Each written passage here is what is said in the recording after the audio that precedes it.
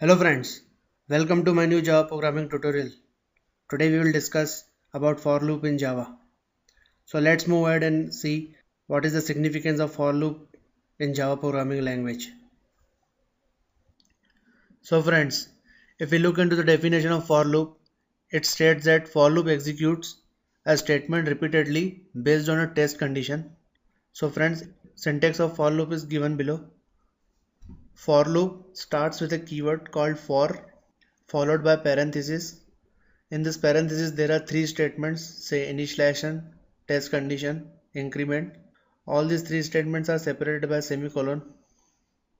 And after the parenthesis, there comes the curly braces. These curly braces have say many statements, and we also call this statement as the body of for loop. So friends, if we look into the initialization step, this is the very say first step which gets executed within the for loop, and this initialization step executes only once in a for loop. So what usually we do in the initialization step is that we initialize a loop control variable. Now what this loop control variable does? The loop control variable controls our for loop.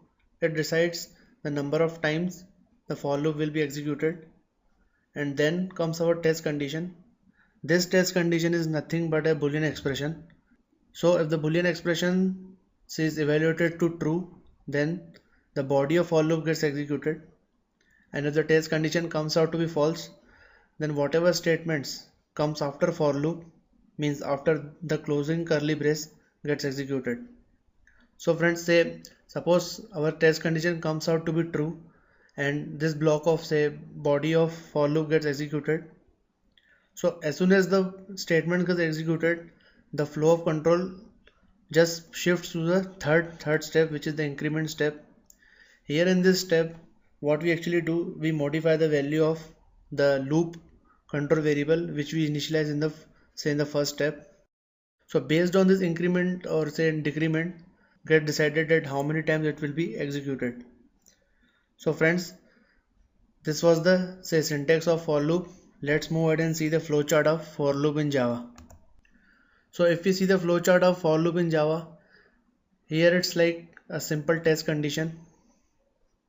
If the test condition comes out to be true, then the body of for loop gets executed, and if the test condition comes out to be false, then the for loop is say proceed to exit, and whatever statement comes after the for loop gets executed. So friends, if we see that if the condition comes out to be true, body of for loop gets executed and it goes again back to test the condition, and if still the test of condition comes out to be true, then this loop continues to get executed till the test condition comes out to be true, and as soon as the test condition comes out to be false, this for loop gets terminated. So friends, let's move over to Eclipse and see how we can code for loop in Java. So friends, let's look into the for loop demo. So in order to see how for loop works, I have just created a class by name for loop demo, and in that for loop I have created a method public static void main, and this method gets executed whenever we run the program. So friends, let's move ahead and see how we can use for loop in Java. Say suppose we are given a problem to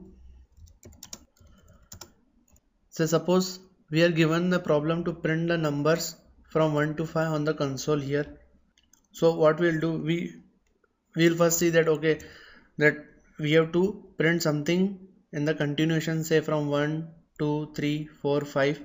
So what we'll do, we'll just use the loops, because we know that the same thing is going to be say executed multiple times. So our flow will follow a loop. So for this example, say I am using the for loop. So let's code the for loop.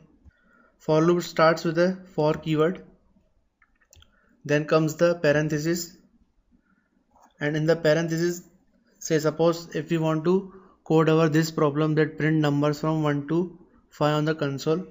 So first we will say create a loop control variable. So the loop control variable would be something like int.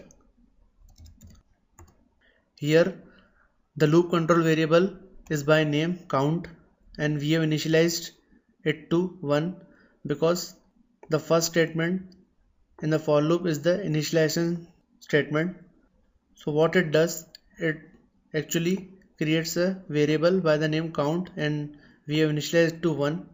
Now this count will actually help us in controlling the execution of for loop. Say how many times the for loop will be executed is been decided by the count variable. And if we move ahead, now the second statement is our test condition.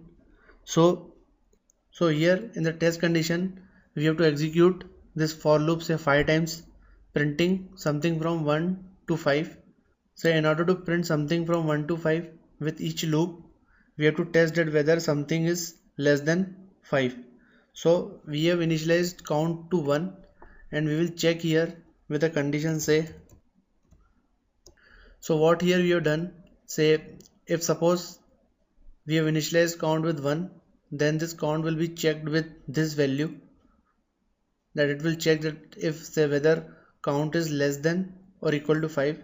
So this condition will comes out to be true and for loop will be executed based on this test condition. And after test condition say we put something like say I plus plus. After the test condition we will increment say the loop. So after the test condition there comes an increment step. So what we'll do here, we'll just modify the count variable so that we can control the number of times the for loop gets executed. So here in the increment step, so after the test condition there comes the increment step where we just say modify the loop control variable count, and based on this modification the loop executes only 5 times. So say suppose here we use something like count plus plus, it followed with a curly brace, and in the curly brace we will put the statements which will be like the body of for loop. So here we just print something as